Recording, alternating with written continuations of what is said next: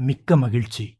இங்கே பிராமணர் வாழ்க்கை முறை, பக்தி உணர்வு நிறைந்த புதிய கருத்தில் ஒரு குட்டிக் கதை உங்களுக்கு. குட்டி பக்தி கதை. அருட்செல்வன் கோயிலின் மறுமலர்ச்சி. ஒரு சிறிய கிராமத்தில் வசிக்கும் பிரபாகர் என்பவர் மிகவும் பக்திமிக்க பிராமணர். அவர் தினமும் காலை எழுந்து தியானம் செய்து அருட்செல்வன் கோயிலுக்கு வழிபடுவார். ஒரு நாள் கோயிலின் முன் பழைய மயில் ஒன்று குஞ்சுடன் வந்து அமர்ந்தது. அதுவும் கோயிலின் கண்ணுக்கு அன்பு காட்டிக் கொண்டிருந்தது போல. பிரபாகர் அதைக் கண்டு ஆச்சரியப்பட்டார். இந்த குஞ்சு எங்கே இருந்து வந்தது?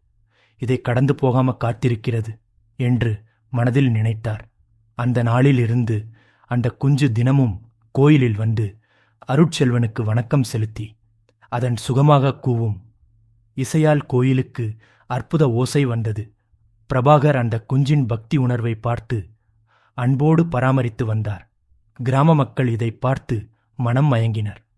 அருட்செல்வன் கோயிலில் புதிய வாழ்க்கை உண்டாகியது.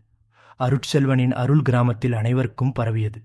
இந்த கதையுடன் நம் மனதில் உள்ள அன்பும் பக்தியும் வளர்ந்திட வேண்டும். இந்த இனிய கதையை நீங்கள் விரும்பினால் நம் சேனலை சப்ஸ்கிரைப் செய்ய மறக்க வேண்டாம்.